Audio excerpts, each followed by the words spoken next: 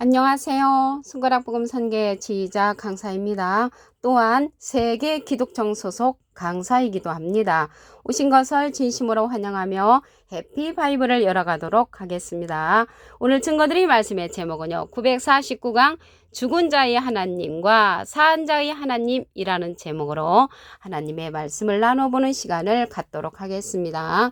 마태복음 22장 32절을 보시게 되면 나는 아브라함의 하나님이요 이삭의 하나님이요 야곱의 하나님이로라 하신 것을 읽어보지 못하였느냐. 하나님은 죽은 자의 하나님이 아니요 산 자의 하나님이시라 라고 말씀에 기록되어 있습니다.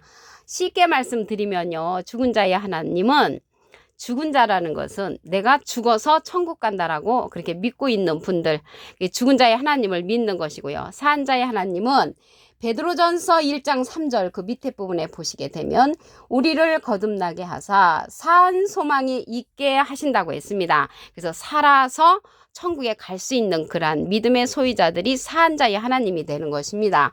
그러면 죽은 자하고 산 자에 관해서 말씀으로 알아보도록 하겠습니다.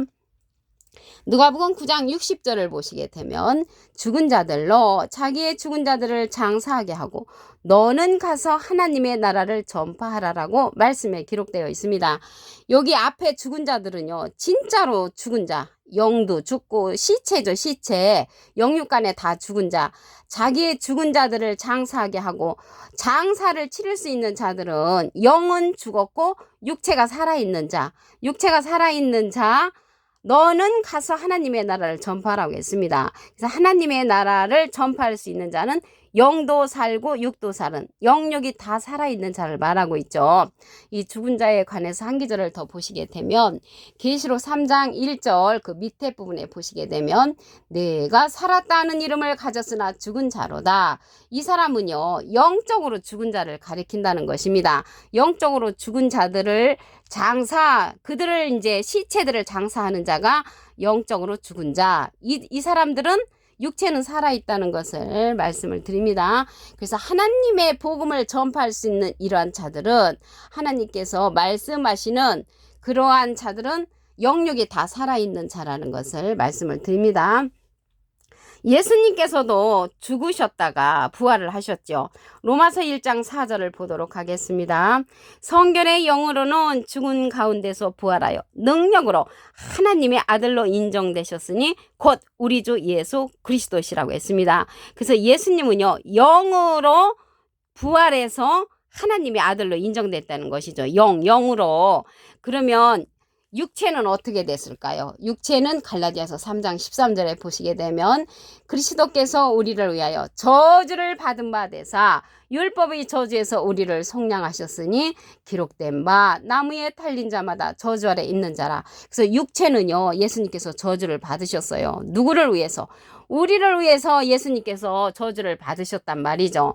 그리고 영으로서 부활하여 하나님의 아들로 인정되셨다고 로마서 1장 4절에 기록되어 있습니다. 그래서 하나님의 아들로 인정되셨으면 하나님과 본체로서 나타나셨죠.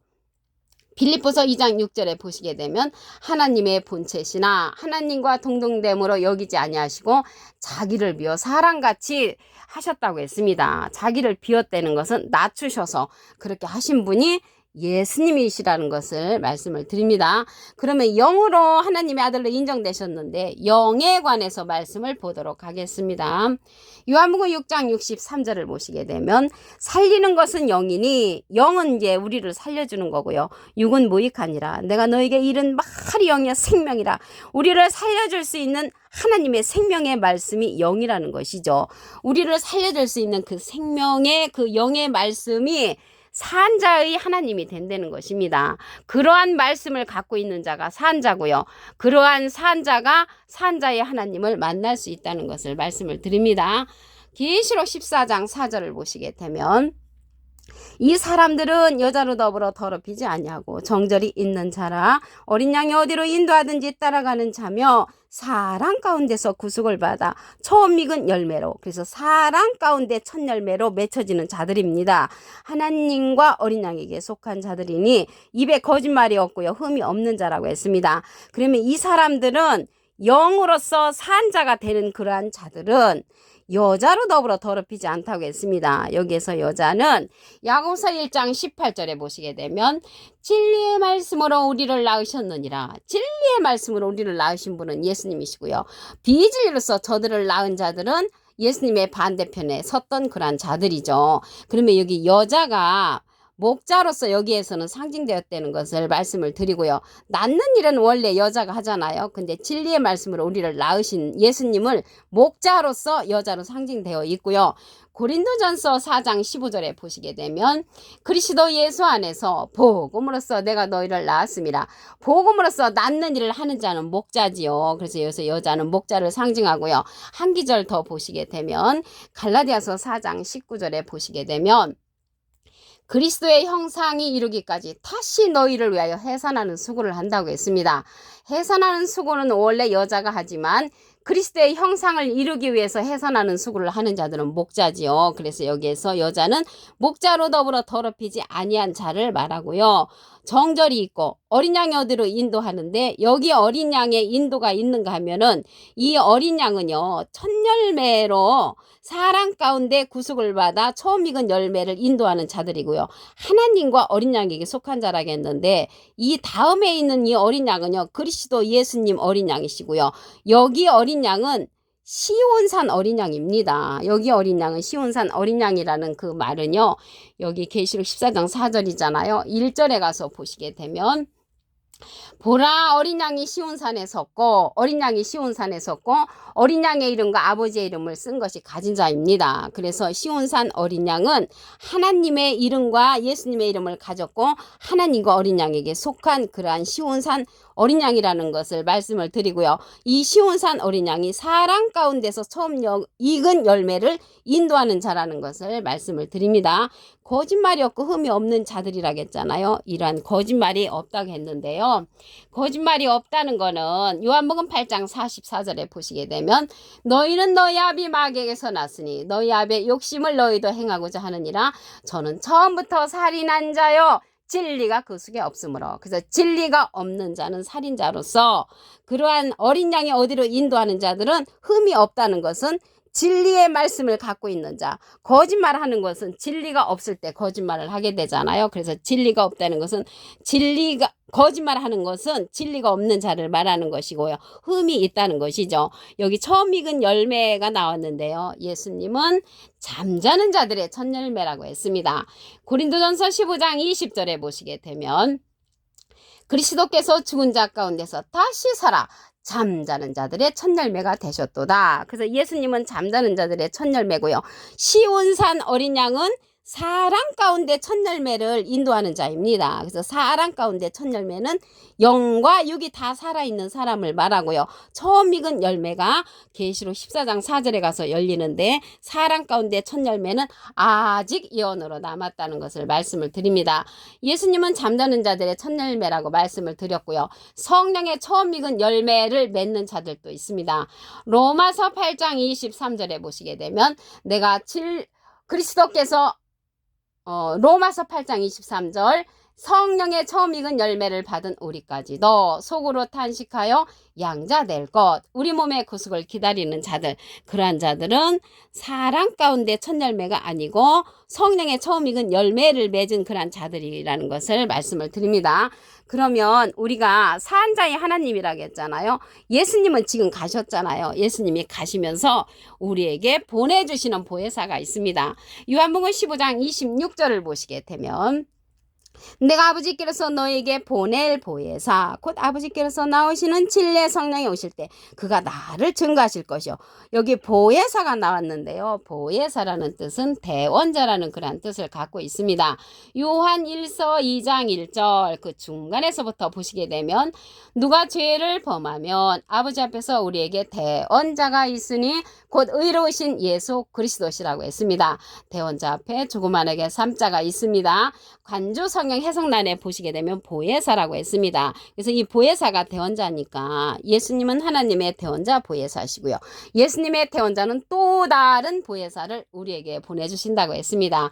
요한복음 14장 16절에 보시게 되면 내가 아버지께 구하겠으니 예수님이 하나님께 부탁을 해서 또 다른 보혜사를 너에게 주사 영원토록 너희와 함께 있게 하시리니 저는 진리의 영이라고 했습니다. 진리의 영은 진리의 성령이죠. 그래서 또 다른 보혜사는 진리의 성령으로서 예수님을 증거한다고 했습니다. 요한 1서 5장 7절에도 보시게 되면 증거하는 이는 성령이시니 성령은 진리니라. 그래서 진리의 성령이 예수님을 증거해 주는데 이 보혜사 성령이 진리의 성령이라는 것을 알 수가 있죠. 곧이라고 했습니다. 똑같다는 건 얘기죠. 보혜사 성령은 진리의 성령이고요. 보혜사라는 뜻은 대원자라고 말씀을 드렸습니다. 이러한 보혜사 성령은요, 예수님의 이름으로 보내는 성령이라고 했습니다. 요한복음 14장 26절에 보시게 되면 보혜사 곧 아버지께서 내 이름으로 보내실 성령, 예수님의 이름으로 보내는 성령, 그가 너에게 모든 것을 가르친다고 했습니다. 모든 것을 가르치는 그러한 성령은 보혜사 성령이기 때문에 우리도 이 보혜사 성령은 가르침을 받아야 한다는 것을 말씀을 드리고요. 이 보혜사 성령이 진리의 성령이라고 했잖아요. 그래서 이 진리의 성령으로서 예수님을 증거하는데 모든 진리 가운데로 인도한다고 했습니다. 요한복음 16장 13절을 보시게 되면 진리의 성령이 오시면 그가 너희를 모든 진리 가운데로 인도하시리니 그가 자의로 말하지 않고 오직 듣는 것을 말하시며 장래일을 우리에게 알려준다고 했습니다. 예수님은 비둘기 같은 성령을 받으셨고요. 우리에게 장래일을 알려주는 성령은 보혜사 성령으로서 진리의 성령이 장래일을 알려주고 예수님을 증거하는 성령이라는 것을 말씀을 드립니다.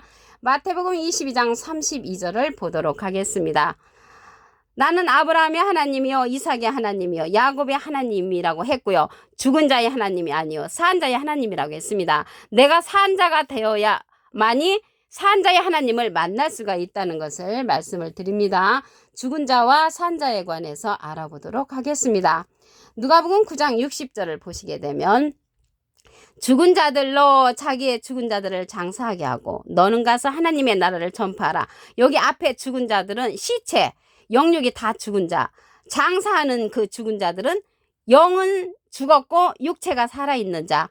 하나님의 복음을 전파하는 그러한 자들은 영과 육이 다 살아있는 자를 말하겠습니다. 그러면 죽은 자가 계시록 3장 1절에도 보시게 되면 내가 살았다는 이름을 가졌으나 죽은 자라고 했습니다. 여기에서 죽은 자는 영이 죽은 상태를 그러고 말하는 것입니다. 그러면 예수님이 가시면서 우리에게 산 소망을 줄 수 있는 그러한 자를 우리에게 보내주셨습니다. 그래서 산 소망을 줄 수 있는 그 자가 누구냐면 예수님이 하나님께 부탁을 해서 보내주시는 보혜사가 있다고 했습니다. 요한복음 15장 26절을 보시게 되면 내가 아버지께서 너에게 보낼 보혜사가 대언자라는 뜻이라고 말씀드렸죠. 요한일서 2장 1절 그 중간에서부터 보시게 되면 아버지 앞에서 우리에게 대언자가 있으니 곧 의로우신 예수 그리스도시라고 했습니다. 대언자 앞에 조그만하게 삼자가 있습니다. 관주 성경 해석란에 보시게 되면 보혜사라고 기록되어 있습니다.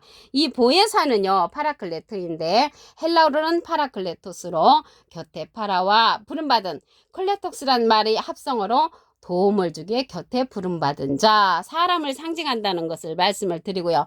라이프 성경 백과사전에는 컴포터, 의료자, 카운셀러, 상담자, 미래를 중보자, 헬퍼, 돕는 자, 서플리케이터, 탄원자란 이름을 갖고 있는 것이 이 보혜사입니다. 근데 예수님이 보낼 보혜사, 진리의 성령이 오실 때 예수님을 증거한다고 했습니다. 여기 보내주시는 보혜사는 또 다른 보혜사를 보내주시는 것입니다. 요한복음 14장 16절에 보시게 되면 내가 아버지께 구하겠으니 예수님이 하나님께 부탁을 해서 또 다른 보혜사를 너에게 주사 영원토록 너희와 함께 있게 하시리니 저는 진리의 영이라고 했습니다. 진리의 영은 진리의 성령으로서 예수님을 증거한다고 그랬죠. 이러한 진리의 성령, 보혜사 성령은 예수님의 이름으로 보내는 성령이라고 했습니다.